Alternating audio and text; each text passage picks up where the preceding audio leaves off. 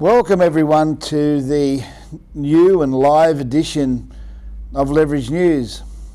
For many years I've been writing to you guys, actually talking to you about the real estate industry, the strata industry, etc.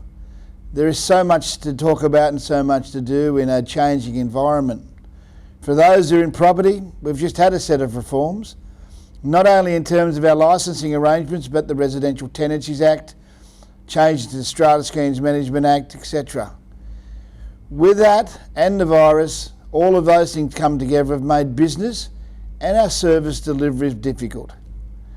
Today I just want to start with 5 easy tips which we can start with. And when I say easy tips, they're not easy because some of them will mean that we're going to have to make some tough decisions, we're going to have some difficult conversations, but obviously the best thing we can do is to make certain that when this is all over and the arc of the virus has changed, we're ready to go again. I'm going to give you 5 tips.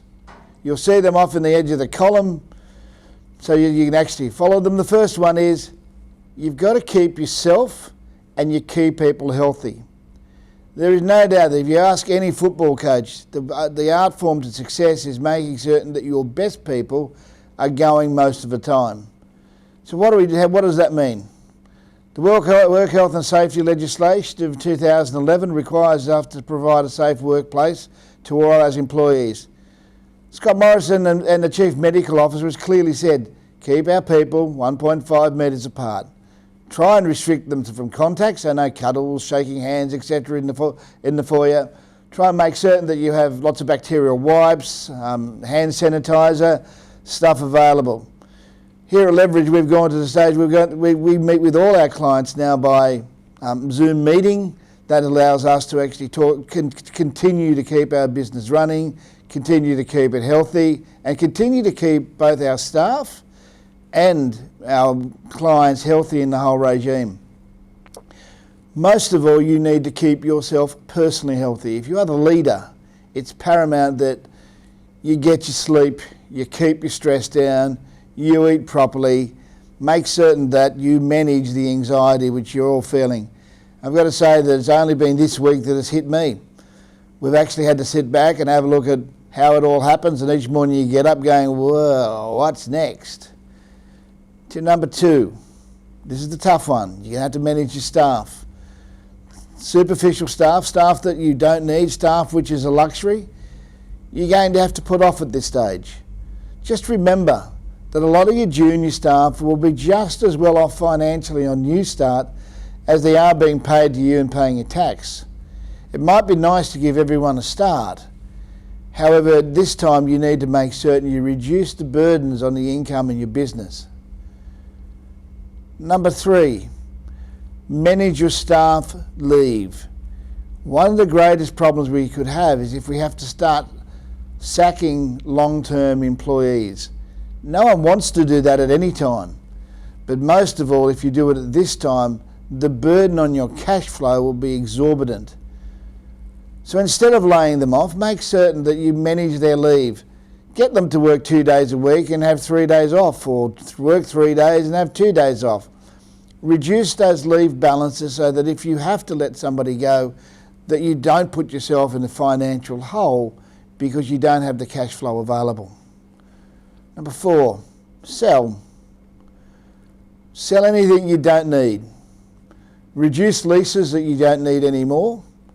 Sell vehicles, sell assets, and I'm talking about your business, not your personal assets. Sell tables, sell anything you don't need to declutter and to create an income. The last one, number 5, is the most important. And I must admit this has been the most difficult one for me. Consider what we have at the moment as the new norm. This is the environment in which we do business. This is how we actually identify what we do. And so if you start by the prospect that this is what we've got for the next future, you can then start making proper decisions. It is those who have the ability to innovate in an environment where we cannot be proximate to each other that will survive.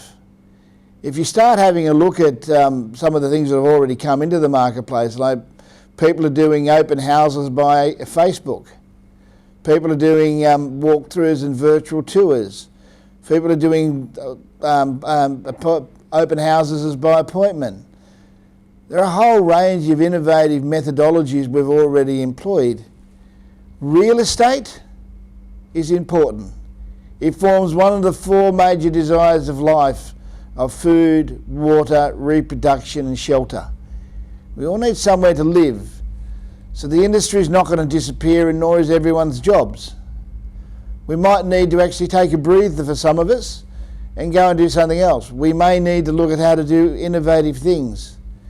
In the next edition, we want to talk about residential tenancies. It's the one which most people are having difficulty with. People have lost their jobs, so they can't pay their rent. People have having their employment reduced, so rent becomes difficult. What do you do in cases of arrears and other things? Tonight, we understand that Scott Morrison is making another announcement about residential tenancies. We'd like to thank the New South Wales Government for bringing in a whole pile of reforms at this stage just to make their life a little bit more difficult. Watch this space. We're about to have a webinar where we can talk about the new reforms, so we can actually go through what we need to do as an organisation, what we need to do as a group and what we need to do as a community. These are the times where when we get caught in the jungle, we usually have three choices. Do we take it on for everyone? Do we point to somebody else and let them get caught in the jungle to be eaten? Or do we pull together as a team and try and make it all work? Us leaders in the industry need to pull the communities together to formulate our networks, our societies, our communities, so that not only can we survive, that we can grow together throughout COVID-19. Tough decisions ahead, but the decisions are well and truly probably overdue anyway. So let's make them, let's get on, and let's be innovative. Catch you next time.